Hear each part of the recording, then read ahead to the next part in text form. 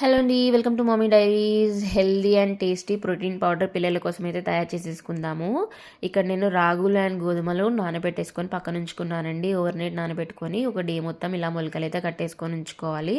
తర్వాత మొలకలు వచ్చిన తర్వాత డ్రై రోస్ట్ అయితే చేసేసుకోవాలి. ఫస్ట్ ఇలా గోధుమలు అయితే డ్రై రోస్ట్ చేసేసుకుంటున్నాను నేను. తర్వాత రాగులు కూడా మొలకలు వచ్చుంటాయి కదా, చూడండి రాగులు కూడా మొలకలు వచ్చేసాయి. ఇవి కూడా డ్రై రోస్ట్ అయితే చేసేసుకొని పక్కన ఉంచుకోవాలండి. ఇవి మిక్సీ పట్టేసుకోవాలి. తర్వాత అన్ని రకాల డ్రై ఫ్రూట్స్ అయితే తీసేసుకుంటున్నాను నేను ఇక్కడ.